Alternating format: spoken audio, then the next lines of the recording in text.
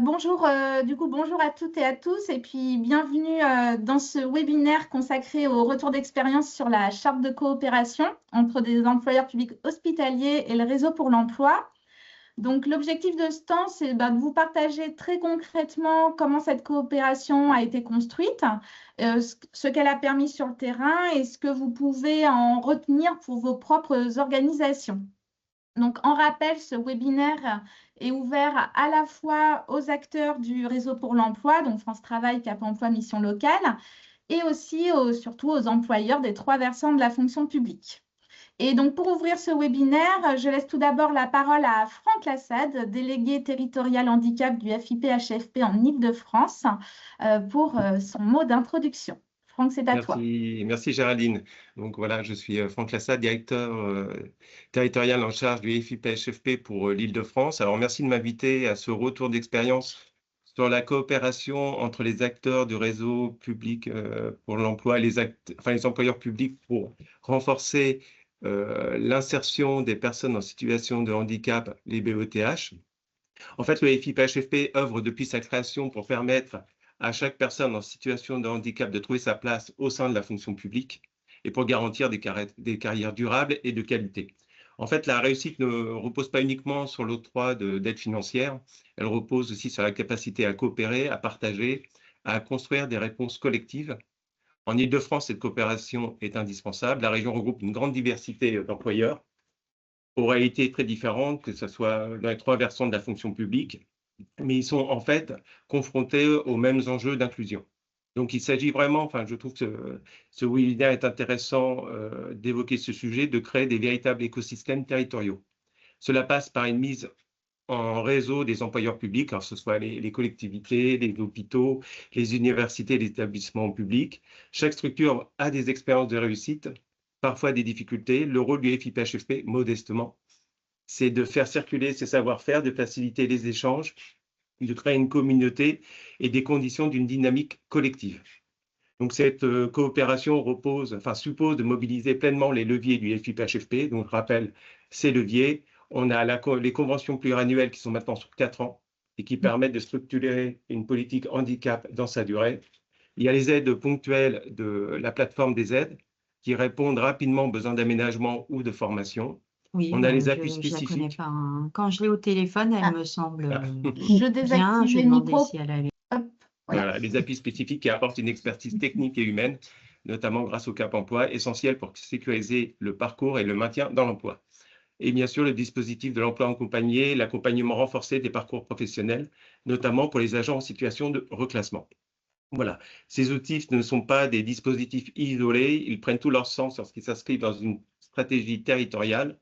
Et c'est le rôle un petit peu des différents acteurs de se concerter pour une politique d'inclusion efficace au sein de la fonction publique. Voilà, j'en terminerai là. Je pense que j'ai à peu près tenu le temps imparti. Merci. Merci beaucoup, Franck, pour ces mots d'introduction et puis aussi le soutien du FIP-HFP dans ce type de démarche partenariale. On te laisse, si tu veux rester un peu avec nous, tu peux, mais on sait que tu es très occupé après. Donc, avec grand plaisir, merci beaucoup. Merci, Franck. Et donc, du coup, on va maintenant passer à un rapide tour de table afin que chacune des intervenantes se présente en quelques mots. Je laisse peut-être en premier la main aux représentantes des centres hospitaliers sud-franciliens et d'Arpajon, et puis après, on fera le tour. Bon, moi, je commence. Donc, Mathilde Labourier, moi, je suis directrice des ressources humaines donc, sur les centres hospitaliers sud-franciliens et Arpajon, qui se situent donc dans l'Essonne, avec, en gros, on emploie 5000 agents au total sur les 2 établissements. Moi, je suis Barbara Médoer et je suis la référente handicap sur le centre hospitalier du Sud francilien. Et donc, moi, Gaëlle Maille, je suis l'adjointe de la directrice de ressources humaines, donc de Mathilde Labourier, sur les 2 centres hospitaliers d'Arpajon et du Sud francilien. Merci beaucoup à toutes les 3. Je passe la main au hasard à Cap Emploi. Bonjour, donc Audrey Faye, chef de service au Cap Emploi de l'Essonne, et je laisse la main à Valentina. Bonjour à tous, Valentina Sarma, coordinatrice de la relation employeur et notamment référente fonction publique pour le Cap Emploi. Et du coup, les collègues de France Travail. Et voilà. Bonjour à tous, donc Émilie Mercier, conseillère France Travail Pro, service entreprise depuis un petit peu plus d'un an et demi maintenant. Et moi, je suis Katharina Guérin, je suis la nouvelle directrice adjointe de France Travail Corbeil. Je suis arrivée au 1er octobre. Très bien. Merci à toutes pour ce tour de table rapide. Alors, avant de rentrer dans le vif du sujet, je vous propose un rapide aperçu du déroulé de ce webinaire. On va organiser nos échanges autour de 3 grandes séquences. D'abord, l'avant-charte pour comprendre le contexte, les difficultés et les attentes. Puis le pendant de la démarche pour voir comment s'est structurée la coopération, comment elle s'est construite concrètement. Et enfin, on reviendra sur ce qu'on peut en retenir, donc les enseignements, les points de vigilance et tous les conseils à transmettre pour les autres employeurs publics et représentants du RPE. On aura aussi un temps fort avec des extraits du témoignage d'une encadrante et d'une agent et aussi également le partage de données un peu plus quantitatives. Et en toute fin de webinaire, on aura un temps de questions-réponses avec vous à la fin. Donc, pensez bien à noter les questions qui vous viennent à l'esprit. Et puis, je reviendrai aussi à la fin, mais on vous transmettra bien sûr le support du webinaire et également une fiche pratique issue de cette expérimentation qui résumera les grandes étapes, les grands principes, si vous voulez mettre en place aussi de votre côté ce type de démarche. Alors, je vous propose de revenir donc dans un premier temps sur ce qu'était la situation avant la mise en place de la charte et les difficultés que vous pouviez rencontrer de part et d'autre. Si je commence par vous, Gaëlle et Barbara, avant la charte, quelles étaient vos principales difficultés côté employeur pour recruter et coopérer avec le RPE? Je vais commencer sur ce petit point. Nous, au niveau des difficultés et finalement ce qu'on pouvait en attendre derrière, c'est ce que je vous disais, on est 2 centres hospitaliers donc avec à peu près 5000 agents, donc beaucoup de besoins de recrutement, que ce soit sur les soins, mais aussi sur la partie fonction support. Et c'est peut-être là où on avait aussi des difficultés parce qu'on a des métiers à l'hôpital qui sont très divers, qui sont aussi sur des compétences qui peuvent être assez spécifiques. On a parlé du métier de team, par exemple, qui sont des métiers qui ne sont pas forcément connus et qui ne parlent pas forcément aux personnes qui n'ont pas une connaissance déjà de l'hôpital. Et donc, sur plusieurs types de métiers, on avait des difficultés à recruter parce que c'est des métiers qui ne sont pas connus, dont on ne connaît pas les compétences qu'il faut avoir. Et donc, soit on n'avait pas de candidature, soit on avait des candidatures qui étaient finalement pas pertinentes parce que ça ne répondait pas aux compétences qu'on recherchait.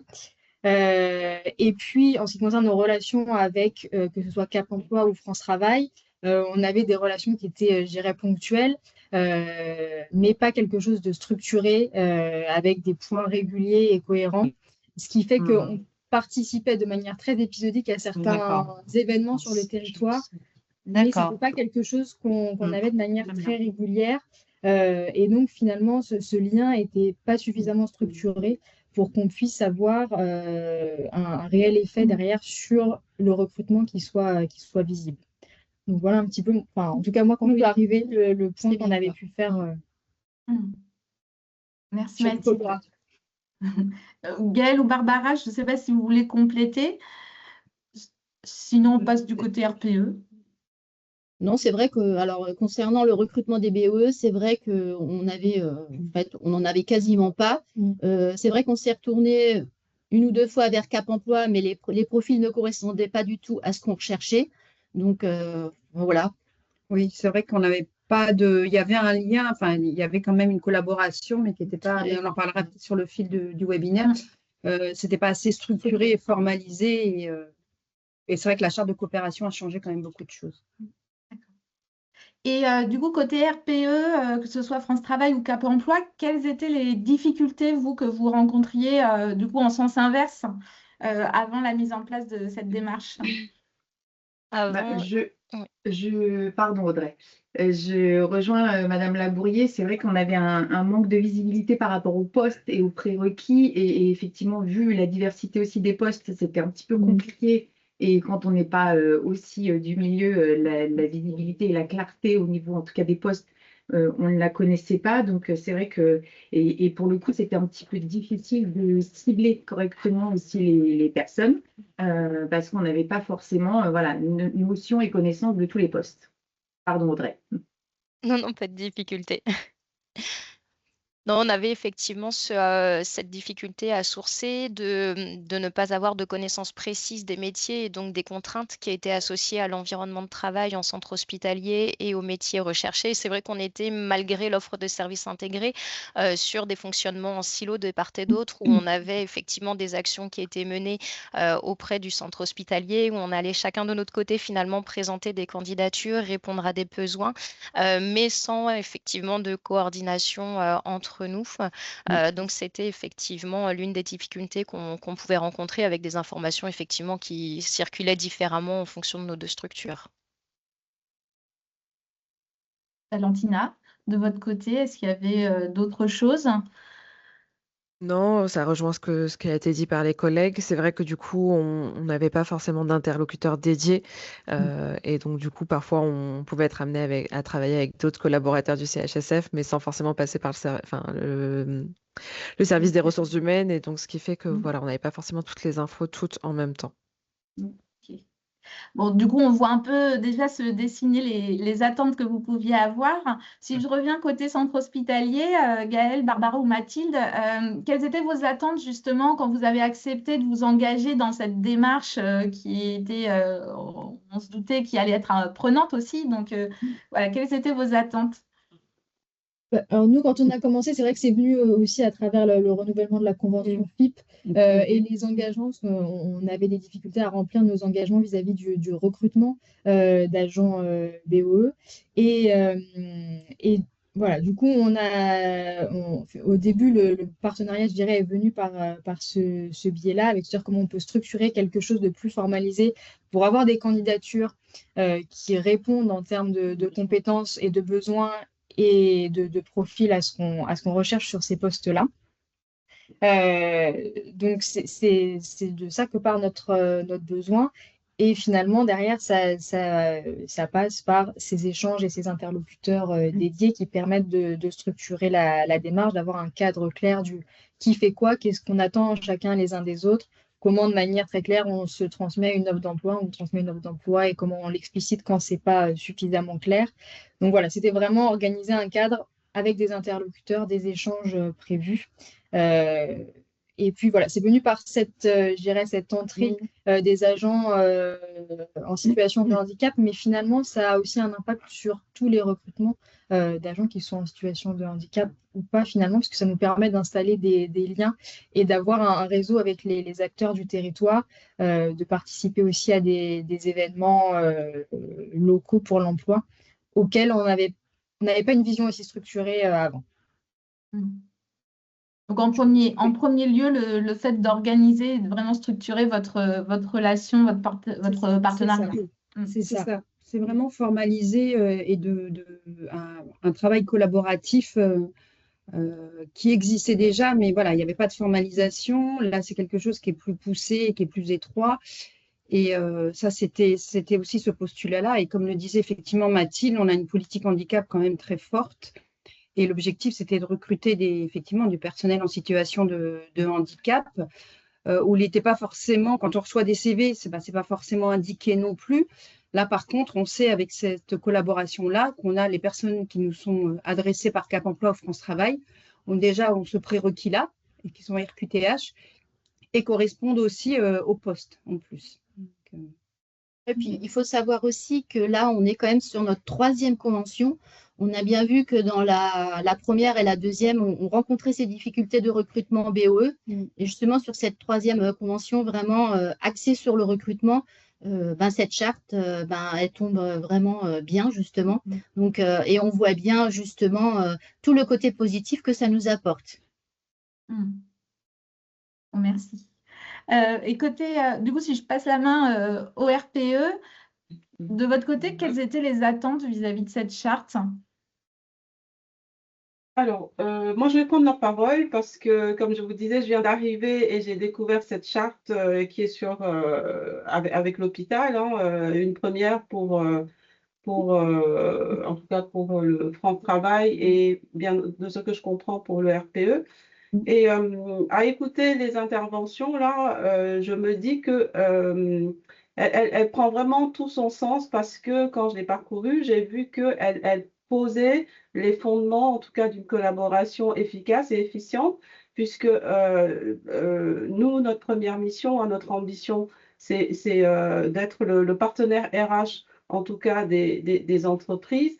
Des entreprises qui, quel que soit le secteur d'activité, en tout cas par rapport à certains secteurs d'activité, nous ont fait part de leurs difficultés à recruter, difficultés dues, et ça a été évoqué, au fait que ou il n'y a pas de compétences ou parce que les métiers sont méconnus et du coup, tant qu'il n'y a pas de relation bien installée et une bonne connaissance des métiers, des entreprises, il a été difficile pendant assez longtemps, et encore aujourd'hui, je vais dire assez longtemps, mais encore aujourd'hui, quelquefois nous rencontrons, on sait que des entreprises rencontrent des difficultés de recrutement, et même en travaillant avec France Travail ou le RPE, parce que, voilà, du fait de cette méconnaissance. Et ce que j'ai compris, c'est que cette relation qui est installée, en tout cas avec l'hôpital, a permis aussi d'avoir aussi un référent, hein, interne, hein, a permis, nous, de vulgariser les métiers, d'aider nos équipes à mieux comprendre et du coup à mieux sourcer. Bien sûr, la présélection des candidats fait partie de l'offre de service, hein, de France Travail vis-à-vis des entreprises et donc du RPE aujourd'hui. Comment dire, la formation des futurs salariés, la proposition d'événements, l'appui à la préparation, comment dire, à la rédaction des offres, préparation, l'attractivité des offres aussi, parce qu'en termes de rédaction, je pense que vous avez échangé sur quels sont les critères à mettre, comment vous présentez l'offre pour qu'elle soit lisible et attractive pour le public.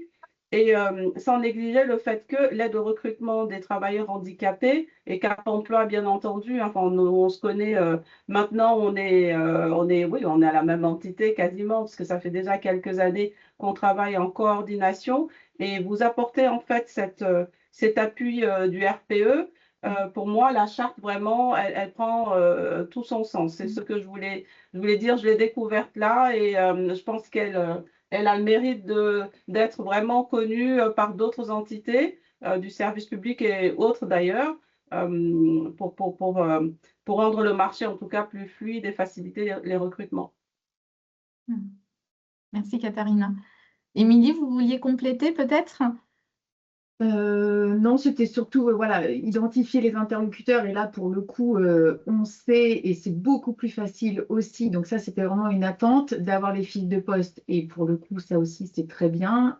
Ça permet d'avoir la notion et les postes en détail.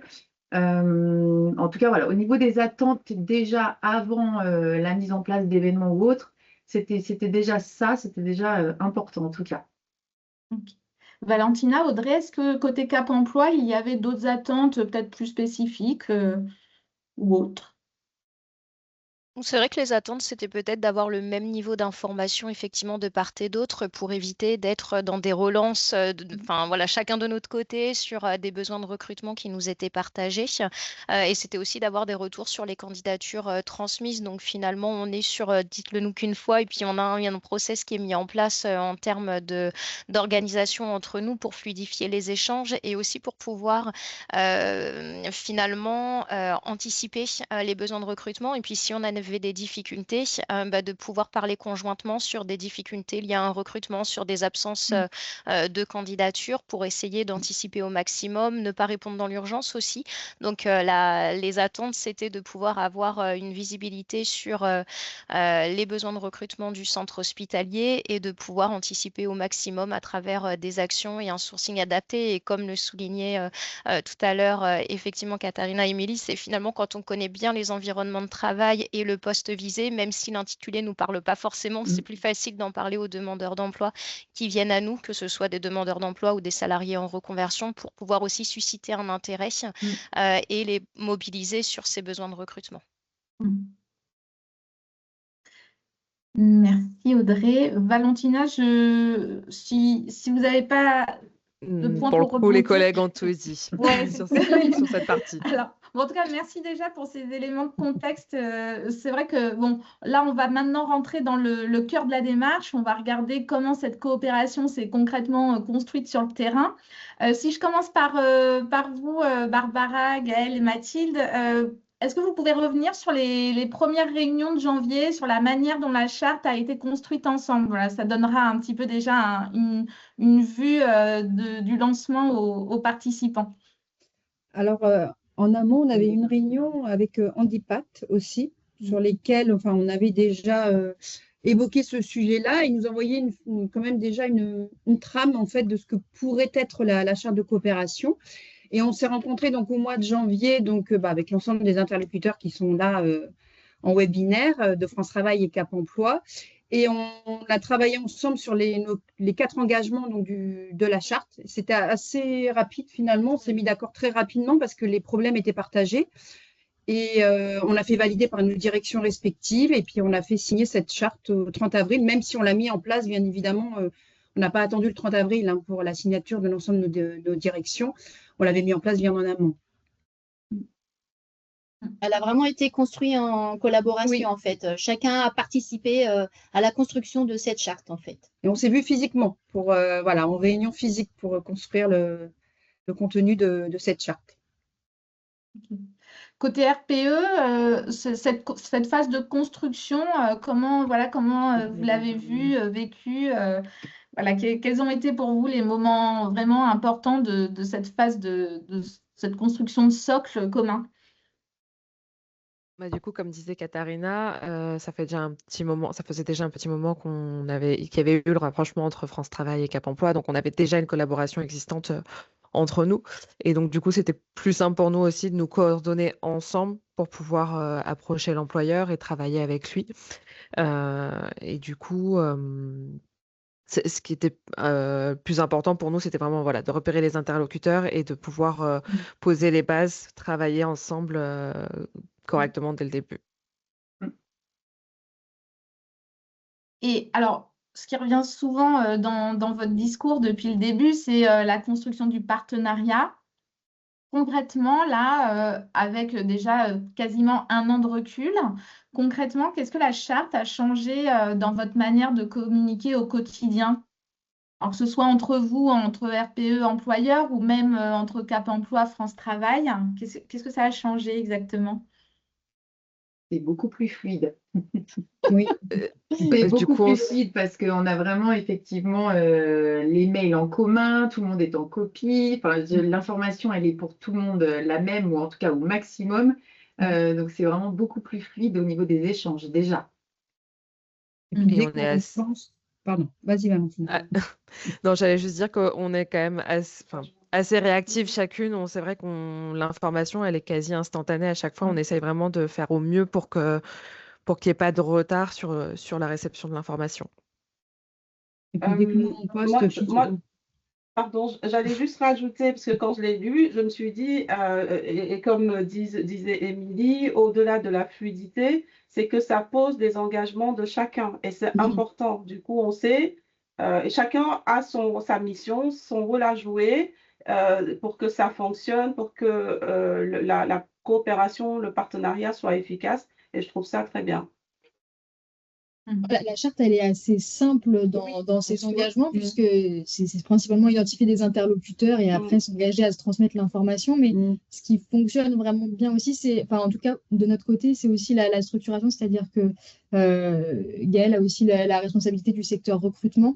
Et le fait d'être en lien avec Barbara, qui, elle, est référente handicap, ce partenariat entre le secteur recrutement et la référente handicap est important, en tout cas, nous, de notre côté, parce que ça permet que Gaëlle ait toutes les informations en termes de postes qui sont disponibles, ce qui n'est pas forcément facile même en interne pour nous, et de pouvoir du coup les communiquer immédiatement dès qu'une offre est disponible ou dès qu'on entend parler d'un poste vacant à venir. C'est un réflexe systématique qui s'est installé chez nous sur le secteur recrutement, qui est la transmission à France Travail et Cap Emploi. Donc il y a vraiment ce parcours de l'information. Et puis, ces points aussi d'échange réguliers que vous avez, parce qu'au-delà de l'échange par mail, il y a quand même ces réunions Oui, on fait des réunions régulières. tous les 3 mois en physique, on se fait des points régulièrement. Et effectivement, ce que je voulais dire, c'est dès qu'il y a fiche de poste, le réflexe, c'est d'envoyer à Cap Emploi et France Travail tout de suite. Mm. Dès que j'ai un poste vacant, je leur envoie. Des postes vacants hors soins, je tiens quand même à préciser Oui. le contexte aussi. C'est vraiment hors soins, là, voilà. Notre partenariat, c'est vraiment sur les postes hors soins et pas sur les postes soignants. Mm, mm. Et je me permets de rebondir sur un commentaire qui a été écrit par Anne-Cécile dans le chat. Anne-Cécile, pour revenir juste sur la phase de construction de la charte, Anne-Cécile, est-ce que tu veux dire quelques mots? Parce qu'effectivement, les représentations régionales du RPE avaient été très actives dans en tout cas l'élaboration de la charte. Donc, si tu as quelques Exactement. petits mots à Je l'ai dire, oublié, c'est vrai, vous En fait, étiez je présents rebondissais. aussi. En fait, je rebondissais sur le commentaire de l'intervenant qui disait, en fait, c'est assez facile à la maille locale d'aller très vite sur de l'organisation pragmatique.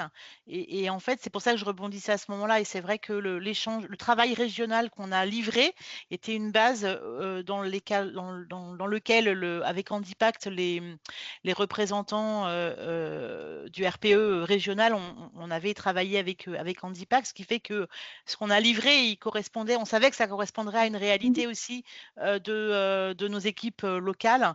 Voilà, donc c'était aussi je répondais à ce commentaire de dire ça a été assez facile de nous l'approprier en fait. Donc voilà. Et ce qu'on n'a peut-être pas dit au départ, Géraldine, si je peux me permettre, c'était que initialement c'était quelque chose qui avait été produit, enfin on avait envisagé pour l'engagement de la fonction publique hospitalière. C'était ça au départ en disant c'est une des fonctions, enfin une partie de la fonction publique qui est plus en difficulté peut-être, en tout cas qui l'exprime sur le recrutement des personnes en situation de handicap. Mais au final, ce qu'on est en train de tester, et c'est pour ça qu'on parlait de charte de coopération et on ne voulait pas être sur une logique de convention, mais vraiment sur quelque chose de concret, local et incarné. Finalement, on se rend compte que c'est plus une méthode en fait de travail, d'action qui de ce fait peut intéresser effectivement au-delà de la seule fonction publique hospitalière. Voilà, si je peux me permettre. Exactement. C'est vrai qu'à l'origine, on était ciblé vraiment fonction publique hospitalière. En juin dernier, on a fait une journée avec un forum pour l'emploi où on a eu toute une matinée de travail collaboratif entre employeurs, RPE. Et là, on s'est rendu compte qu'en fait, le sujet vraiment intéressait aussi les autres versants de la fonction publique. Donc, c'est pour ça que au final, on est parti sur un webinaire ouvert à tous les versants et aussi une fiche pratique, vous verrez, qui n'est pas du tout connotée fonction publique hospitalière, mais qui est vraiment très généraliste. Merci beaucoup, Anne-Cécile, pour cette précision. Si je reviens du coup sur ce qu'on disait en matière de communication, donc ça vous a permis de rééchanger plus régulièrement, voilà, d'avoir vos contacts particuliers, de venir d'être davantage dans la réactivité, si je résume. Comment vous êtes organisé concrètement, hein, je pense notamment au rythme voilà, peut-être est-ce que vous étiez donné des rythmes? Là, on est vraiment sur le côté un petit peu pratico-pratique, mais pour voilà, que les participants puissent aussi se faire une idée un peu parce que j'imagine que tout le monde a déjà ses contacts employeurs RPE, mais qu'est-ce qui a différencié? Comment vous êtes organisé pour suivre ces échanges? Voilà, l'aspect un petit peu pratico-pratique. Peut-être pour Oui. compléter sur ce que disait Anne-Cécile, ça a été Oui. facilitant la reprise de contact effectivement par l'accompagnement que vous avez proposé. La première réunion qu'on a eue ensemble en distanciel a permis de poser les bases de la charte, quels étaient les objectifs, et ça a été très rapidement suivi par une rencontre en présentiel. Et finalement, jusqu'à la signature et même après, l'ensemble des rencontres se font avec le centre hospitalier, France Travail et Cap Emploi. Donc, il n'y a pas de niveau différent d'information. On suit le projet et la charte ensemble. Après, effectivement, sur la déclinaison et sur les actions qui sont mises en place, ça permet de cibler quels étaient les objectifs, quelles étaient les attentes sur les 3 années à venir, quels étaient un peu les temps forts qu'on pouvait proposer. On avait proposé éventuellement comment travailler ensemble. Et puis après, c'était ajusté effectivement au fil de l'eau. Mais là, après, je laisse plutôt la main sur le volet événements, organisation d'actions et recrutement, plus voilà, à Émilie, Valentina.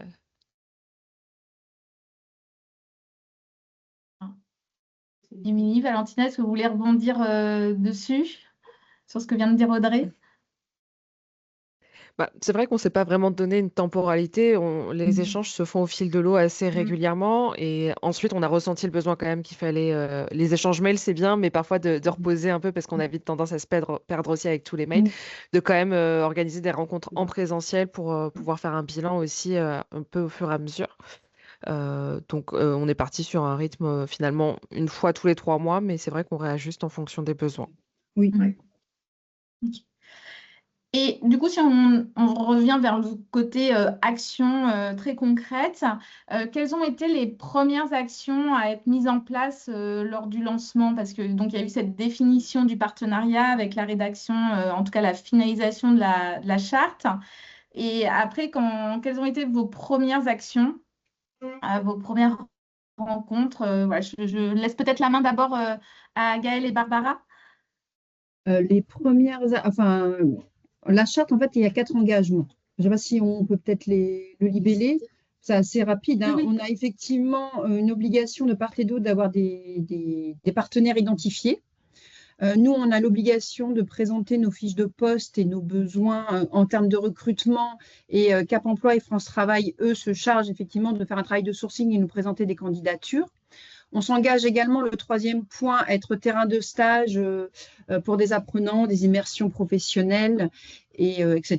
Et le dernier point, c'est bien évidemment, si recrutement il y a, de tout mettre en œuvre avec Cap Emploi et surtout Cap Emploi pour aménager des postes, etc. Donc voilà les 4 engagements. Et en fait, dès le début, ce qu'on a fait, comme je le disais tout à l'heure, dès que j'ai un besoin en recrutement, j'envoie la fiche de poste. S'il y a des questions, donc j'envoie à Cap Emploi et France Travail par mail. Tout le monde a le même niveau d'information. S'il y a des questions effectivement sur les prérequis ou le libellé du poste, effectivement, on en échange. Et effectivement, ils nous transmettent donc des candidatures. Donc ça, c'est déjà le premier point. Et lorsqu'on se voit tous les 3 mois, on est aussi terrain de stage, donc on peut se faire des bilans tous les 3 mois sur les postes qui sont encore vacants, sur effectivement des immersions professionnelles qui ont eu lieu avec des retours d'expérience. Donc c'est comme ça un petit peu que ça se passe. Et généralement, France Travail et Cap Emploi nous invitent aussi à des événements lorsqu'ils sont organisés, des forums pour l'emploi. On a évidemment celui du Stade vers l'emploi du mois de mars 2025. Mais de ce fait, on a participé à beaucoup d'événements pour lesquels, peut-être s'il n'y avait pas eu cette charte, on ne l'aurait pas fait. Et c'est vrai que ça change beaucoup de choses d'ailleurs, justement, de participer à ce type de forum pour l'emploi. C'est vrai que ces forums nous apportent beaucoup. Justement, c'est en plus de faire ces job dating, le contact avec les candidats sont hyper fluides. C'est très enrichissant. En fait, typiquement, c'est vrai que cette journée du stade vers l'emploi a été vraiment le démarrage de tout, en fait. Donc, enfin voilà. Et justement, cet événement, le Stade vers l'emploi, ça a été un moment clé pour vous, quoi, pour vous toutes, hein, j'ai l'impression des échanges qu'on avait eus avant. Concrètement, qu'est-ce qu'il a changé pour vous dans votre façon de faire? Peut-être aussi côté RPE, est-ce que voilà, ces premières actions ont changé votre façon de sourcer, de préqualifier les candidats? Quels ont été les premiers impacts de ces premières actions? Juste par rapport au stade vers l'emploi, pour nous, c'est une modalité de recrutement innovante qui est instaurée depuis maintenant, c'était en 2020, je crois, ou 2021, le premier. Pourquoi? Parce que notre objectif, c'est toujours pareil, c'est que lorsque le marché est tendu, lorsqu'on doit aller chercher des compétences ailleurs, et puis même par rapport aux demandeurs d'emploi, quelquefois des gens ont certaines compétences ou certaines qualités, mais qu'ils n'arrivent pas à exprimer, on va dire, au cours d'entretiens de face à face. Et l'idée, c'était au-delà de ces entretiens de face à face, du CV, de donner l'opportunité à des demandeurs d'emploi et à des employeurs de se rencontrer dans un contexte particulier. Et au-delà du contexte particulier, c'est tout ce que le sport véhicule comme valeur, en fait, aussi, qu'on souhaitait mobiliser pour donner à voir que, au-delà de ce qu'on peut écrire sur un CV, on peut aussi donné à voir personnellement parce que échange direct, hein, et les DSVE, comme on les appelle, hein, du stade vers l'emploi, ce sont vraiment des moments où les deux parties ne se connaissent pas. Tout le monde, personne ne sait qui est qui en fait. Pour les personnes qui n'ont jamais participé au DSVE, on se retrouve dans un lieu sportif, un stade, un complexe, un gymnase, et à part les organisateurs, personne ne sait qui est qui. Et l'idée, c'est que chacun, au travers de quelques ateliers ou de quelques épreuves sportives, donne à voir qui il est au fond en fait, sa vraie nature, entre guillemets.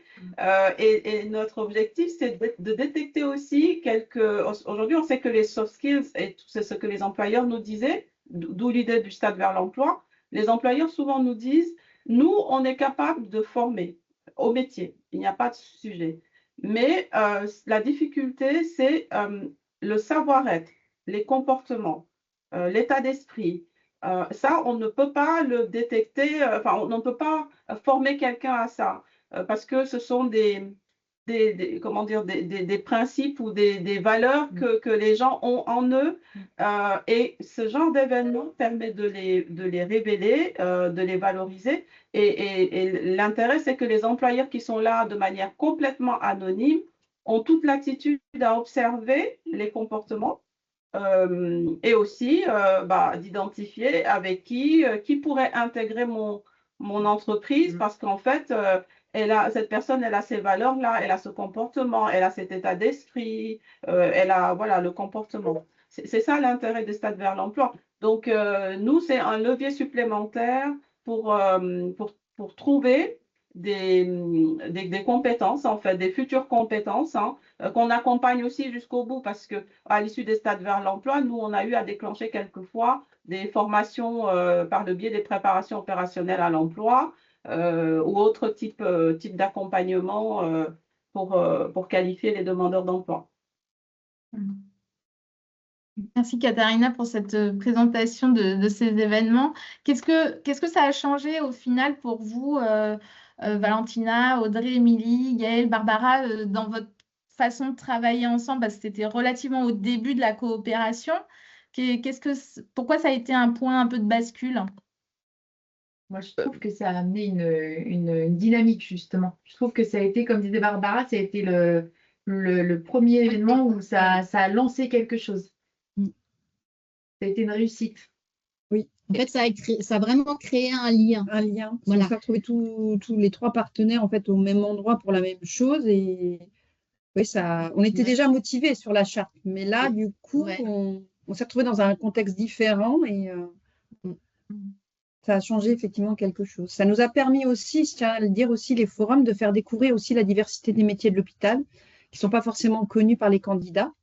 Donc ça, c'est aussi tout l'intérêt en fait de participer à ce type de forum, parce qu'il n'y a pas que des médecins et des infirmiers dans un hôpital, loin de là. Donc c'est aussi cet intérêt-là, et de se faire aussi un vivier de candidats aussi, en fonction des compétences, et qu'on peut du coup aller piocher dans ce vivier qu'on est en train de se constituer là depuis le début de l'année, pour justement leur proposer des postes. Et peut-être juste pour compléter ce que disait Gaëlle, au-delà de présenter les différents métiers de l'hôpital, je pense que du stade vers l'emploi, cet événement a été aussi, un endroit où elles ont pu voir aussi la réalité du public qu'on accompagne et qui sont en recherche d'emploi. Et c'est le retour qu'elles ont pu nous en faire aussi, qui a permis aussi derrière d'ajuster nos actions. Par exemple, elles se sont rendues compte qu'il y avait quand même pas mal de personnes qui étaient en recherche sur des postes administratifs, mais qui n'avaient pas connaissance des différents métiers administratifs de l'hôpital. Et du coup, c'est leur retour aussi nous a permis de se dire qu'OK, on va peut-être ajuster les actions après pour la suite, et peut-être pour des projets 2026, pour justement répondre à ce public-là. Donc, je pense que c'était le premier événement qui a été un petit peu déclencheur de repérer un peu quelles vont être les différentes actions qu'on va pouvoir mettre en place pour ce public.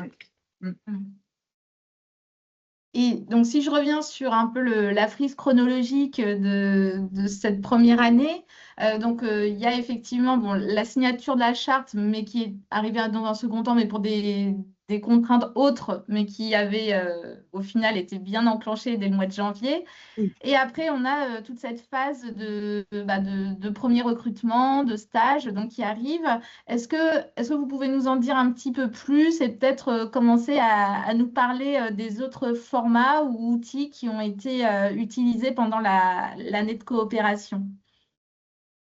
Ben, on s'est vu au mois d'août pour un point sur les postes, sur les immersions qu'on avait mis en place. Et on avait, nous, une problématique de recrutement sur une catégorie, enfin un métier un peu particulier qui est le technicien d'information médicale.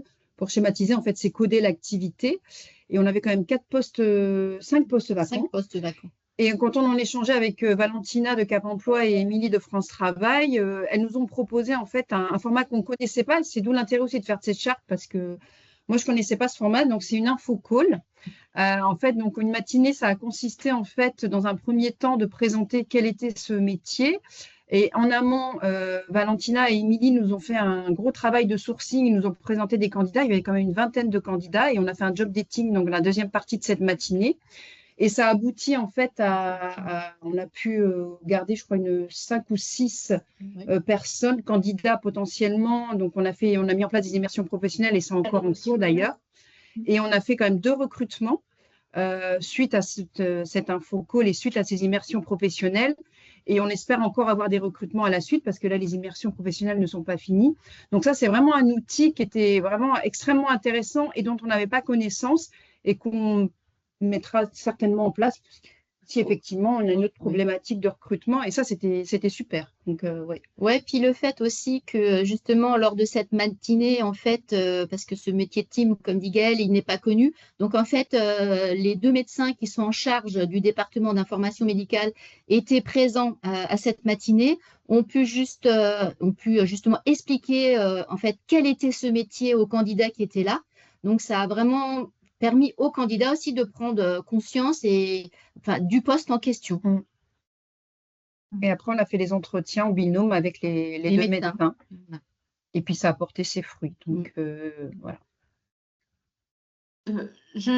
Merci beaucoup, Barbara et Gaëlle. Est-ce que côté RPE, vous voulez peut-être rebondir sur justement ces infos collectives vous, concrètement, voilà, pour aussi les représentants du RPE qui sont là et qui nous écoutent, est-ce que voilà, vous avez des choses à partager sur ce dispositif-là? C'est vrai que l'information collective, c'est quand même un outil qu'on mobilise régulièrement quand un employeur a de gros besoins de recrutement. C'est vrai qu'on ne va pas le faire quand c'est 1 ou 2 postes à pourvoir, mais là, il y a quand même 5 postes. Et donc, ce qui permet aussi d'avoir une dynamique en collectif qui est plus intéressante, aussi bien pour les demandeurs d'emploi que pour l'employeur. On a aussi pas mal utilisé l'immersion, parce que l'immersion permet aussi un petit peu de voir un peu le profil en amont et de le tester. Donc ça, c'est un dispositif qu'on a assez facilement mobilisé et dès le DSVE finalement, parce qu'il y avait des candidats qui avaient été retenus pendant le DSVE, qui ont pu qui ont pu se positionner sur de l'immersion, aussi bien pour les demandeurs d'emploi que aussi pour les salariés en reconversion, parce que du coup, c'est vrai qu'on parle beaucoup des demandeurs d'emploi, mais aussi on accompagne aussi nous côté Cap Emploi des agents en reconversion professionnelle, et donc on a pu aussi mobiliser des périodes d'essai, des essais encadrés du coup pour ce public-là aussi. Et juste pour compléter, les informations collectives sont un outil très intéressant. Pourquoi? Parce que ça met toujours, les demandeurs d'emploi apprécient beaucoup d'avoir les employeurs en face et de pouvoir échanger, poser leurs questions. Et vous voyez, c'est vraiment pour eux un moment privilégié avec l'employeur. Et souvent, c'est pour ça que lorsqu'il y a des recrutements par ce biais-là, on a beaucoup moins de difficultés à mobiliser et ça raccourcit aussi le processus, voyez, de recrutement. Parce que comme c'est indiqué sur la slide, c'est information collective suivie d'entretien derrière, voyez. Donc, ce n'est pas on envoie le CV, le temps qu'il soit lu, qu'il y ait un retour, qu'on convoque le demandeur, etc., etc. Donc, c'est un outil qui est fortement mobilisé par le RPE en tout cas. Okay. Côté RPE, est-ce que, alors je vois Anne-Cécile qui qui nous donne des infos. Merci beaucoup, Anne-Cécile. N'hésite pas, hein, si tu veux ouvrir ton micro aussi et intervenir, Anne-Cécile, tu es la bienvenue pour compléter, hein. Non, juste le petit complément, je peux me permettre, c'est que par rapport au sourcing, c'est vrai qu'on a bien compris qu'il y avait presque la team task force globale, hein, qui s'est créée entre le RPE local et l'employeur. Mais au-delà de ça, le RPE embarque plus large en fait dans le sourcing.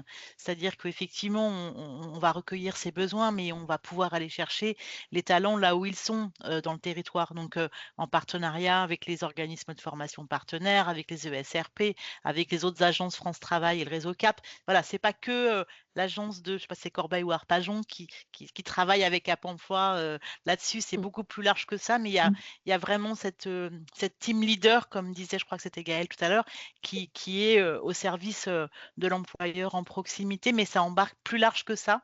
Et je crois que c'est facilitant aussi pour rendre visible pour cet employeur je crois que j'ai aussi entendu que l'employeur se sentait plus visible, presque sur le territoire, dans les opportunités d'emploi qu'il propose, et il se sent plus visible, aussi bien en direction des acteurs de l'emploi et de la formation du territoire qu'en direction des demandeurs d'emploi, dont ceux en situation de handicap. C'est ça que j'ai entendu aussi dans le témoignage en impact de cette méthode. Pour moi, c'est encore une méthode de travail en fait. Voilà, complément. Peut-être Gaëlle, Barbara, je ne sais pas si vous voulez réagir justement sur cette visibilité de l'établissement. Est-ce que vous, c'est quelque chose que vous avez vraiment perçu voilà, lors des actions? Oui, parce que ça permet effectivement de faire découvrir le milieu hospitalier et, comme je dis, la richesse de tous les métiers qui le composent. Et avec le gros travail de sourcing, comme le disait tout à l'heure, je me souviens plus de votre nom, madame, vous avez intervenu tout à l'heure. Anne-Cécile. Voilà, Anne-Cécile. Effectivement, il y a un gros travail de sourcing et ça va au-delà peut-être à l'échelle du territoire. Et enfin, ça permet de nous faire connaître, mais tous les hôpitaux, en fait, pour le coup. Donc, non, c'était vraiment des outils que nous, on ne connaissait pas, pour revenir sur info collective. Mais aussi, je sais que, voilà, que ce soit Valentina ou Émilie, dès qu'elles mettent en place des forums, elles pensent à nous et dès qu'on peut, on y participe.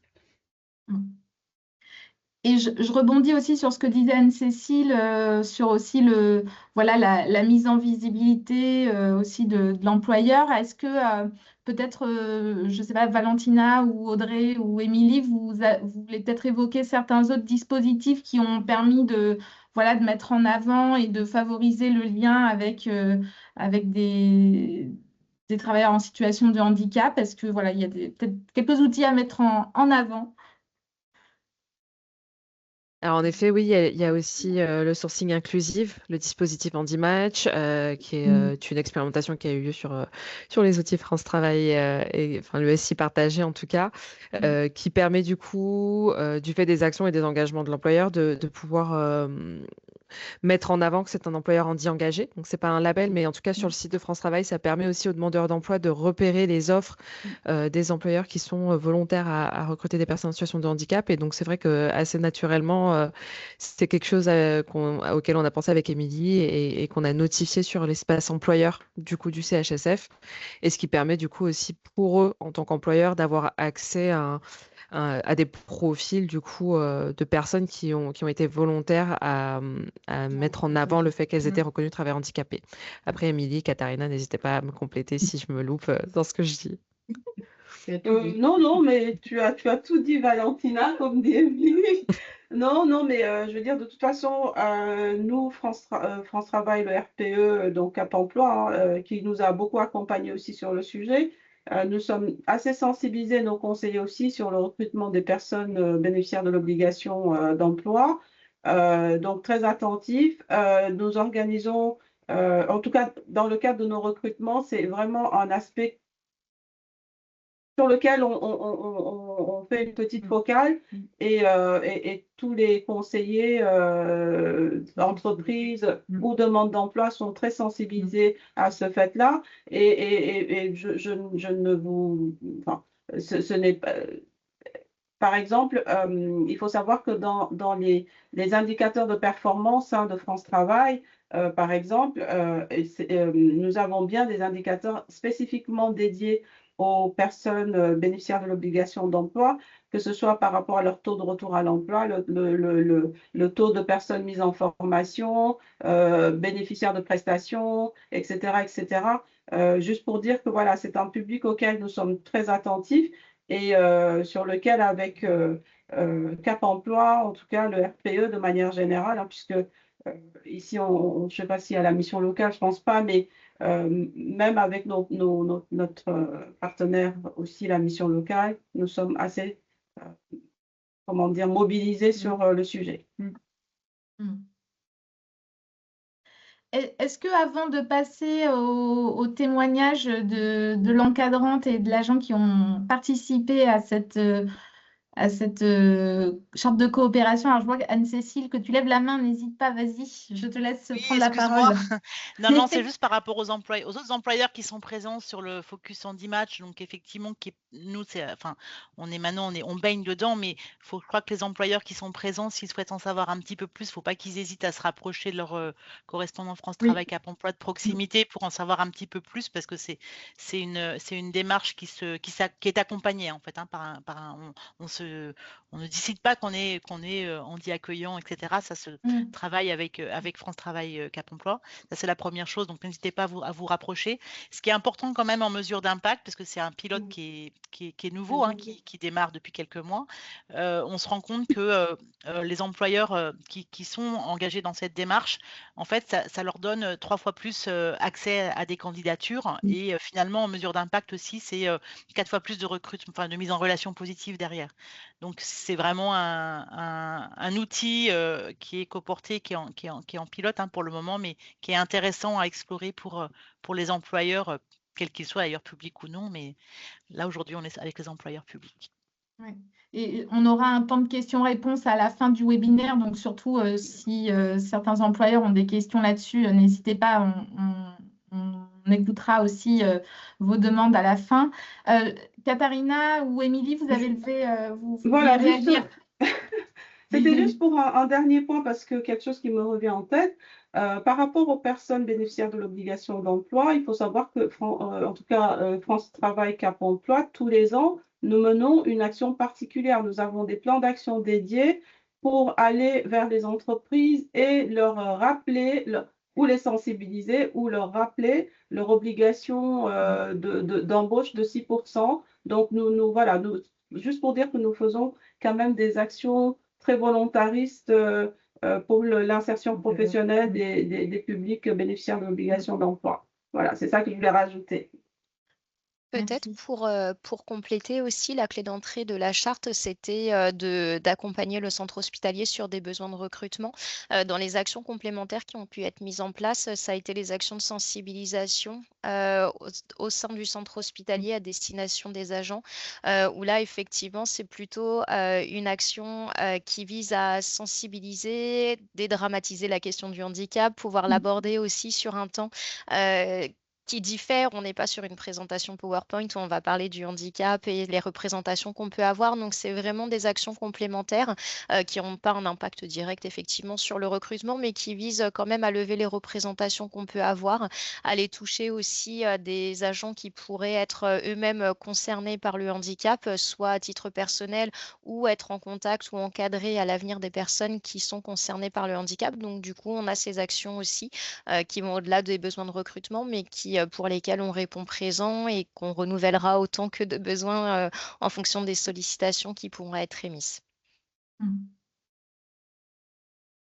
Alors, merci pour tous ces éléments, en tout cas sur les outils, les dispositifs sur lesquels vous êtes appuyés. Il y en a sûrement d'autres, donc n'hésitez pas aussi au fur et à mesure à nous peut-être citer, en tout cas, si d'autres éléments vous reviennent à l'esprit. Alors, là, on vient de voir la coopération du point de vue des structures. Ce que je vous propose maintenant, c'est de passer au regard du terrain avec le témoignage d'une encadrante et d'une agent qui ont vécu concrètement cette démarche. On vous a sélectionné 5 extraits d'une vingtaine de secondes, puisque voilà, on n'avait pas, en tout cas, l'agent ne souhaitait pas venir témoigner en direct. Donc, on a fait une version audio. J'espère que tout le monde pourra bien entendre la diffusion. Donc, bon, ça, je vous laisse écouter et on va se retrouver d'ici 2 minutes pour parler ensuite des résultats concrets, donc avec des chiffres clés de cette expérimentation.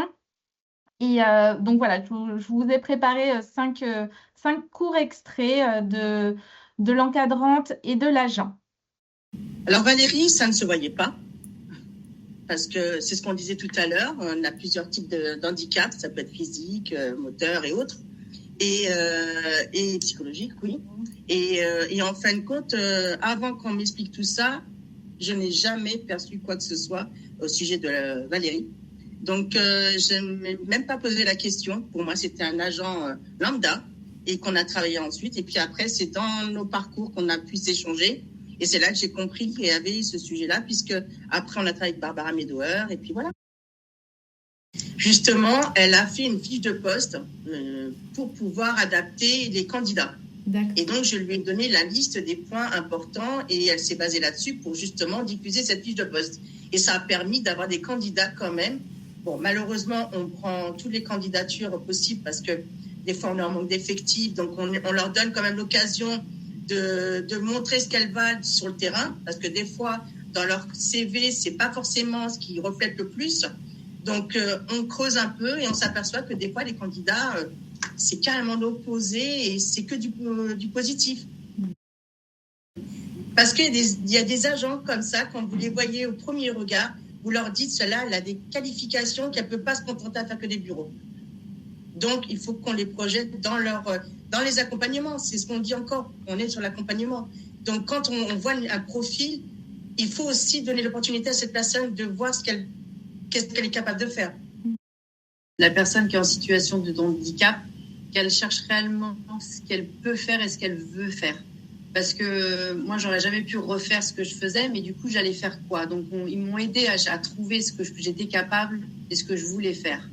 Donc, il y a aussi un travail en amont qui est important, de bien les prendre en charge. Parce que des fois, on est perdu, ou on prend ça parce qu'on ne peut rien faire d'autre. Mais non, je suis sûre qu'on peut tous faire quelque chose, on peut trouver.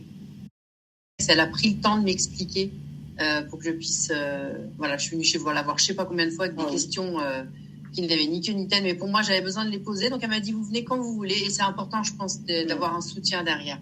Je n'avais pas travaillé encore avec cet handicap-là, donc j'avais aussi des peurs de ne pas y arriver, même si on se dit, il n'y a rien de compliqué, mais si, il y a toujours... c'est pas évident. On passe sur la partie retour chiffré avec les résultats très concrets et très visibles qui ont pu être observés sur cette période d'expérimentation. Barbara, Gaëlle, est-ce que je vous laisse déjà peut-être commenter un petit peu, nous faire un rappel de voilà, tout ce qui est ressorti concrètement de cette première année? Donc, concernant les recrutements, on va commencer par les recrutements. C'est vrai que l'agent de bio-nettoyage, qui est Valérie, donc la personne qui a témoigné, et c'est vrai que ce recrutement, comme je disais, a été et suite au stade vers l'emploi. Après, les 2 teams, les techniciennes d'information médicale, c'est dans le cadre de l'Infocall, donc c'est 2 embauches supplémentaires, donc on est à 3. Entre-temps, on a pu recruter aussi 2 apprenantes, donc une électricienne et une secrétaire médicale, donc qui est actuellement là. On a fait jusqu'à ce jour 12 immersions. Immersion dans le cadre d'un recrutement ou dans le cadre d'un projet professionnel, comme disait Valentina tout à l'heure. Donc, c'est déjà pas mal. On a d'autres immersions qui vont se faire sur le mois de janvier. On en a encore. Et décembre aussi. Et, oui. Voilà. Donc, voilà. Donc, on pense à lancer. Voilà. Non, mais ce qui est intéressant, c'est quand on parlait d'immersion professionnelle, on a certes les immersions professionnelles, comme le disait Barbara, donc on teste pour recruter par la suite potentiellement, mais c'est aussi vraiment des immersions qui nous sont proposées par nos partenaires pour voilà, c'est valider un projet professionnel, connaître aussi ce qu'est l'hôpital, parce qu'on parlait aussi des forums pour l'emploi où on a beaucoup d'agents qui viennent nous voir, je voudrais être administrative. Oui, mais c'est quoi administratif? Ils savent pas. Donc, c'est aussi intéressant de leur faire découvrir aussi ce qu'est un administratif, ce qu'on attend d'eux. C'est pas juste être agent d'accueil, on demande beaucoup de choses. Voilà, c'est aussi pour voilà, confirmer aussi un projet pro. Donc, c'est ça aussi qui est intéressant. C'est vraiment un partenariat qui va vraiment dans les deux sens. C'est-à-dire que, certes, Cap Emploi et France Travail répondent aussi à nos besoins, mais on essaye aussi de pouvoir les aider pour voilà, accompagner aussi des personnes qui le suivent. En tout cas, des beaux résultats en très peu de temps au final. En un an. Même pas. Même pas. Je laisse Émilie, peut-être Audrey, Valentina rebondir aussi sur vous, voilà les résultats que vous avez constatés, comment vous, voilà peut-être votre satisfaction, vos étonnements, vos fiertés. Je vous laisse nous partager. Je me lance. C'est vrai que du coup, en si peu de temps, on a quand même pas mal de sorties positives, je dirais, parce que même si ce sont des immersions pour travailler sur le projet, c'est vraiment un outil qui est nécessaire pour nous dans l'accompagnement au quotidien des demandeurs d'emploi, et d'avoir un employeur qui soit terrain de stage, c'est vraiment une chose qui soit vraiment, enfin, quelque chose qui est vraiment utile pour nous. Et après, bon, s'il y a des recrutements qui en découlent, c'est encore mieux. Mais c'est vrai que déjà, ce levier-là apporte beaucoup. Et l'engagement derrière aussi, voilà, des retours systématiques nous permet aussi, voilà, d'améliorer les candidatures, d'aider à travailler les personnes sur la préparation à l'entretien. Donc, c'est juste du positif. Et Émilie, allez-y, je crois que vous alliez prendre la parole, non? Non, parce qu'en fait, Valentina a bien résumé. Pour moi, l'immersion, c'est vraiment un outil qui est top. Et dans les deux cas, en fait, côté employeur ou côté candidat, ça permet vraiment de se confronter à la réalité et au terrain et au métier. Et je trouve que c'est vraiment l'outil qui est plus mobilisé peut-être encore, je dirais, sur cette année, en tout cas côté France Travail, j'ai l'impression, parce que vraiment, voilà, pour le coup, il y a un résultat et ça découle quand même souvent sur une embauche. Donc, c'est vraiment un bel outil. Et du coup, une question que je pose à vous toutes, comment vous voyez la suite de votre coopération du coup sur 2026, puisque là, on était parti sur 2025 sans forcément projeter plus loin. Vous, comment vous voyez la suite? Poursuivre, continuons. Voilà. Garder cette belle dynamique. Voilà. Exactement, on ne baisse pas les bras, motivé, enfin voilà. Il n'y a pas de raison, franchement, parce que vraiment, il y a un super lien entre nous. Donc, il n'y a pas de raison que tout ça s'arrête, voilà. En fait. On veut poursuivre effectivement cette collaboration et on a la chance d'avoir des interlocutrices qui sont investies et motivées, comme nous aussi, d'ailleurs. Tout le monde, c'est ce que je dis. Non, on veut poursuivre avec des résultats concrets, bien sûr, on l'espère à la suite. Mais oui, que ça continue dans ce sens, c'est sûr. Bon, et comme l'idée au final de ce webinaire, c'est pas seulement de raconter ce qui a été fait, mais de donner aussi aux personnes présentes des clés concrètes pour mettre en place des partenariats similaires, je vous propose qu'on bascule sur la dernière partie de ce webinaire qui est plutôt d'échanger aussi sur ce qu'il faut retenir de cette expérience. Et du coup, je suis allée trop vite. Peut-être côté, si on commence par Gaël et Barbara, qu'est-ce qui, selon vous, côté employeur, a vraiment fait la différence sur la réussite de cette coopération? Voilà, en quelques mots, ce que vous retenez comme facteur de réussite et peut-être aussi voilà, les conseils que vous donneriez aux autres employeurs. Alors, moi, je pense que le fait de formaliser dans une charte, ça me semble important, en fait. Ça concrétise, ça a un engagement aussi, le fait de le signer. Le fait d'identifier, comme on disait, des personnes aussi de part et d'autre est aussi importante. De clarifier aussi l'organisation aussi, de mettre en place les outils. Donc ça, c'est aussi important dans le facteur de la réussite. L'implication aussi que nous avons. Et c'est vrai qu'on a on associe en fait aussi nos partenaires. On parlait de tout à l'heure, Audrey parlait des journées de sensibilisation. c'était évident qu'on a fait cette journée de sensibilisation sur le centre hospitalier sud-francilien avec Cap Emploi et France Travail. C'était pas imaginable qu'elle ne soit pas présente. On va la mettre en place sur Arpajon, ça va être la même chose également.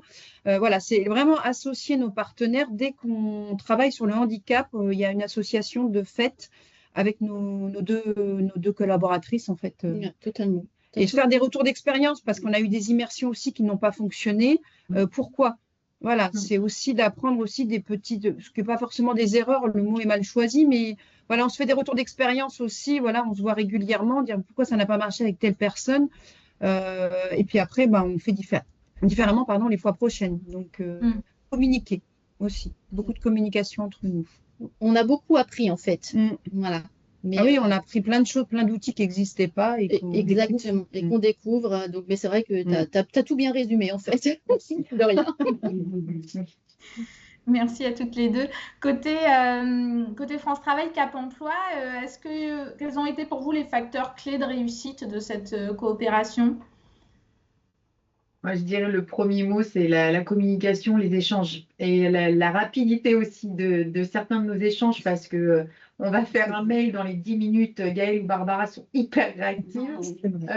Donc, ça aide aussi énormément. Le fait qu'on soit tout identifié, que les mails soient vraiment collectifs et que, voilà, si toutefois il y a un oubli, on rattrape pour que vraiment tout le monde ait l'info. Je trouve que ça, sans ça, comme disait Gaëlle, communication plus, sans ça pourrait pas fonctionner. Je ne pense pas. Parce que pour le coup, même si effectivement ça va être beaucoup de mails et on va essayer de survenir, et ça, on va le tenir sur 2026 avec notre rythme de croisière, peut-être tous les 3 mois ou du moins ajusté. Mais pour moi, c'est en tout cas, et je pense que Valentina, elle est OK avec moi, je pense que c'est vraiment la communication. Ça va être la base, en fait, pour pouvoir avoir justement des résultats aussi et pour pouvoir affiner si besoin par rapport au poste, par rapport aux immersions, par rapport à tout ce qu'on aura mis en place. Et je rajouterais juste aussi peut-être le fait qu'on travaille en binôme, aussi bien du côté du CHSF que nous, Réseau pour l'emploi. Le fait d'être un binôme aussi, c'est super facilitant. Nous, ça a renforcé nos liens entre nous, entre le Réseau pour l'emploi.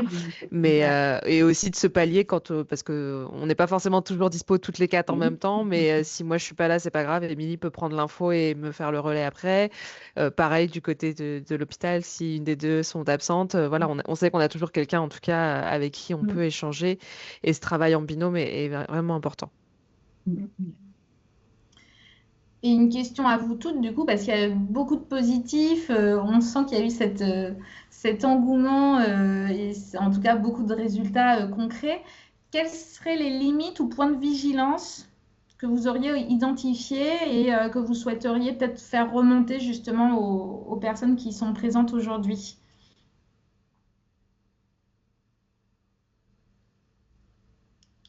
C'est plus difficile. Côté RPE peut-être, c'est d'identifier les interlocuteurs qui vont travailler sur la charte avant la signature pour bien se connaître et avoir un binôme, comme soulignait Valentina, avoir un binôme France Travail Cap Emploi. C'est d'ores et déjà finalement bien se connaître avant d'aller vers un employeur pour parler effectivement d'une même voix. Et c'est de bien s'approprier finalement quels sont les objectifs communs que l'on porte et puis de pouvoir s'articuler sur une offre de service qui est complémentaire, avoir effectivement ce passage de relais autant que de besoin et effectivement prendre le temps aussi parce que c'est du temps qui est pris pour les rencontres, pour pouvoir aussi organiser, finalement être présent sur les événements, les informations collectives, sur le sourcing, prendre le temps de retour et finalement quand tout est mutualisé, c'est quand même un gain de temps pour tout le monde et de pouvoir effectivement bien se connaître respectivement pour travailler ensemble. Et là, c'était facilitant effectivement avec le binôme qui était déjà établi entre Valentina et Émilie, mais en tout cas, c'est primordial pour que ça fonctionne. Mais je vous laisse compléter au besoin si j'ai oublié quelque chose. Je vois le commentaire d'Anne-Cécile justement effectivement qui mettait un point de vigilance en cas de changement d'interlocuteur. C'est vrai que là, vous avez eu une expérimentation avec des binômes stables. Effectivement, ça peut être un point de vigilance à avoir en tête pour assurer la continuité, en tout cas de la démarche. moi, ce que je voudrais rajouter juste, c'est en tout cas aux participants qui n'ont pas encore et qui vont bientôt sûrement signer une charte aussi avec le RPE, dire que vraiment la mission du RPE, c'est être là et accompagner les employeurs et ça vraiment l'avoir à l'esprit. Quelles que soient les difficultés, on ne fera pas je veux dire, on n'a pas de baguette magique, mais soyez convaincus que quel que soit le besoin, la difficulté, il ne faut pas hésiter à vous rapprocher de vos interlocuteurs et poser les choses. Être complètement transparent, je pense que c'est ça aussi qui fait que la confiance s'établit entre enfin, ce qui construit en tout cas un partenariat et qui fait que ça le solidifie. Après, je pense aussi qu'il est essentiel que les entités aient une vision bien claire. En tout cas, les fiches de poste, hein, il faut qu'elles soient quand même bien claires ou bien travaillées, en tout cas avec le partenaire, parce que ce qui nous a souvent mis en difficulté, en tout cas dans l'accompagnement de certaines entreprises, c'est lorsque le besoin n'est pas clairement défini ou pas réaliste, entre guillemets, parce que malgré tout, nous travaillons avec un marché de l'emploi. Souvent, plusieurs entreprises ont les mêmes besoins. Bon, là, on parle de la fonction publique hospitalière, c'est peut-être quelque chose à part. Mais ce que je veux dire, c'est que il faut que comment dire, cette communication, ce passage d'infos soit vraiment très fluide, transparente et voilà, moi, c'est le facteur de réussite. Au-delà de tout ce qui s'est dit, je suis entièrement d'accord, je souscris. Mais si je devais donner un petit point de vigilance, c'est ça pour moi. Très bien, merci. Et alors, pour finir, avant de laisser peut-être la parole aussi, s'il y a des questions parmi les personnes qui nous écoutent depuis tout à l'heure, si vous aviez un conseil chacune à tour de rôle à donner à un employeur public ou aussi à un représentant du RPE qui souhaiterait mettre en place une démarche similaire, quel serait ce conseil? Moi, je dirais de s'engager vraiment dans la durée et de rester disponible. Du coup, pour que ça soit, voilà, que les échanges se fassent au mieux en tout cas. Et en tout cas, pour avoir un résultat dans la durée, c'est d'être disponible et d'être au maximum réactif pour qu'on puisse voilà, travailler ensemble en tout cas. Merci Émilie. Ça complète un peu ce que disait Émilie et Katharina au préalable, mais vraiment avoir une communication claire et transparente. Je pense que on n'a pas vocation non plus à faire des miracles, mais c'est pouvoir dire quand on peut, on y va, et quand il y a des limites aussi, de savoir être transparent et dire que peut-être que là, c'est pas forcément adapté. Okay. Merci Valentina. Barbara, Gaëlle, Audrey. Je pense qu'on rejoint Émilie et Valentina. C'est vrai que ouais, la communication, c'est vraiment primordial en fait. Voilà, tout à fait. La communication, la motivation aussi. Et formaliser cet engagement et l'organiser. Être motivé. Oui, motivé. Ouais, faut pouvoir le porter en fait, parce que c'est une charge de travail quand même aussi. Donc, il faut être motivé. Mais ça fonctionne. Donc, c'est ça qui est intéressant. Et puis prendre le temps aussi, finalement, la charte date de cette année. Ça a réellement commencé au mois de mars. Là, les résultats sont quand même très satisfaisants. Il y a eu un calendrier qui a été en la faveur de la charte aussi, avec le DSVE qui a eu lieu en mars. Mais après, l'ensemble des équipes se sont mobilisées, en tout cas sur nos 3 réseaux pour l'emploi et côté employeur, pour faire en sorte qu'il y ait des actions qui soient réalisées dans le délai qui était imparti. Il y a eu des embauches, il aurait pu ne pas y en avoir, mais en tout cas, ça ne présage pas voilà, le fait de baisser les bras ou de renoncer à certaines actions. Au contraire, ça permet, en essayant d'identifier quelles sont les actions peut-être les plus percutantes, les plus facilitantes et qui correspondent le mieux aussi à l'employeur. Peut-être que votre besoin d'information collective vous parle parfaitement, mais peut-être que ce ne sera pas l'outil qui sera mobilisé par un autre. Mais en tout cas, on peut essayer et à nous de vous présenter tout le panel qu'on peut avoir de boîte à outils, de dispositifs et puis de pouvoir l'adapter à chaque interlocuteur.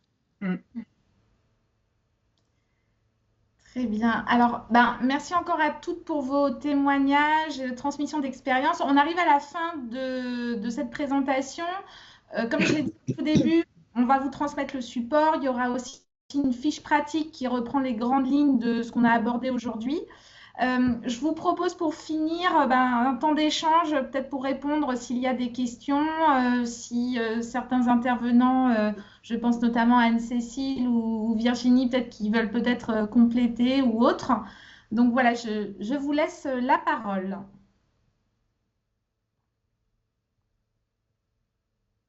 Sauf s'il n'y a pas de réaction. Vas-y Anne-Cécile. Du coup, je vais lancer, voilà, c'est souvent la première intervention qui est la plus difficile peut-être. Non, ça a été précisé, puis ça va faire le lien effectivement avec l'introduction de Franck qui a dû nous quitter, Franck Lassade pour le FIP, mais ça a été précisé par l'employeur au démarrage qui est engagé dans une convention d'emploi avec le FIP. C'est sa 3e convention d'emploi et pour autant, c'est dit, est-ce qu'on peut pas faire autrement? Donc ça, c'est aussi intéressant de se dire, c'est pas parce qu'on en est à la 3e convention qu'on continue à faire ce qu'on disait ou qu'on faisait avant, etc. Mais on réinterroge nos pratiques, et on continue à découvrir des choses. Et ça, je pense que c'est vraiment important aussi que ce soit relié à l'engagement global de l'employeur, en l'occurrence avec sa convention d'emploi. En tout cas, moi, pour être membre du comité local pour l'emploi du FIP, où on étudie ces conventions, qu'elles soient initiales ou en renouvellement, je me dis que là, les interlocuteurs du centre hospitalier, quand ils vont aller peut-être dans la démarche de restitution de leur 3e convention, je pense qu'ils vont y aller avec des choses très concrètes et assez vite en fait sur cette démarrage de 3e convention. Et je trouve que c'est chouette, c'est un peu trivial comme mot, mais c'est chouette, je trouve. Voilà. Oui, puis je pense que je rebondis sur ce que tu disais, Anne-Cécile. Je pense qu'effectivement, tout employeur se dit j'ai déjà mes contacts RPE ou j'ai déjà une dynamique avec eux. Et en fait, c'est vraiment se donner la chance de faire autrement. Méthode. Ouais, exactement. De réinterroger sa méthode, voilà, exactement. Ouais. Est-ce qu'il y a d'autres réactions, peut-être des questions? Ça a laissé tout le monde bouche bée. Alors moi, je vais réagir juste pour dire bonjour à tous. Virginie Fouquier, donc je travaille au partenariat la direction régionale France Travail, pour ceux qui n'ont pas encore croisé. Île-de-France, je trouve que c'est quelque chose. Les actions là, concrètement déclinées opérationnelles, sont très inspirantes. J'aurais aimé qu'il y ait encore plus de gens connectés pour pouvoir écouter ce témoignage et ce retour d'expérience. Je ne manquerai pas de transmettre. Il y aura, je pense, des supports que vous allez nous communiquer, Géraldine, que tu vas nous communiquer. Tout à fait. Voilà. Et comme vous l'avez vu, le webinaire est enregistré, donc on va faire aussi un C'est ça. replay. Ouais, le replay et le support. Je pense que ça doit être inspirant. Ce que j'ai retenu, c'est quelques mots-clés, transparence, proximité, confiance, communication, et au vu des résultats, c'est super. Bon, c'est aussi trivial, je pense que tu l'as dit, Anne-Cécile, mais c'est super, bravo, continuez, et ça devrait se démultiplier dans les territoires de cette façon-là. Merci à vous. Merci. Alors, pas plus de questions. Écoutez, si on n'a pas d'autres questions ou si les intervenantes ne veulent pas rajouter d'autres précisions, Géraldine, moi je voulais juste remercier France Travail et Cap Emploi. Franchement, je tenais à le faire. Voilà. Merci à vous aussi, mesdames. Merci. Et puis moi aussi, je vous remercie chaleureusement en tout cas pour et puis la qualité de votre témoignage aussi, et puis tout le travail engagé sur le terrain depuis le début de cette expérimentation. Merci aussi à ceux qui se sont connectés ce matin. Moi, je vous enverrai donc comme prévu les supports, le support qui a été projeté, la fiche pratique, et puis il y aura effectivement un replay, donc n'hésitez pas à le diffuser largement autour de vous. Et côté Handipact, nous, on clôture les actions 2025 cet après-midi. avec une après-midi dédiée au recrutement des cadres. Et donc, la prochaine étape, on reviendra vers vous pour vous communiquer le plan d'action 2026. Donc, voilà, on a hâte de vous le partager. Et j'espère qu'on aura des actions qui s'inscriront dans la continuité de cette charte. Merci beaucoup à toutes. Merci Merci pour l'organisation, à vous. c'était parfait. Très bonne journée à tous. Merci Et je vous beaucoup. dis à bientôt. bientôt. À bientôt. Bonne Merci. journée. Bonne journée à tous. Au Au revoir. revoir. Au revoir. Au revoir.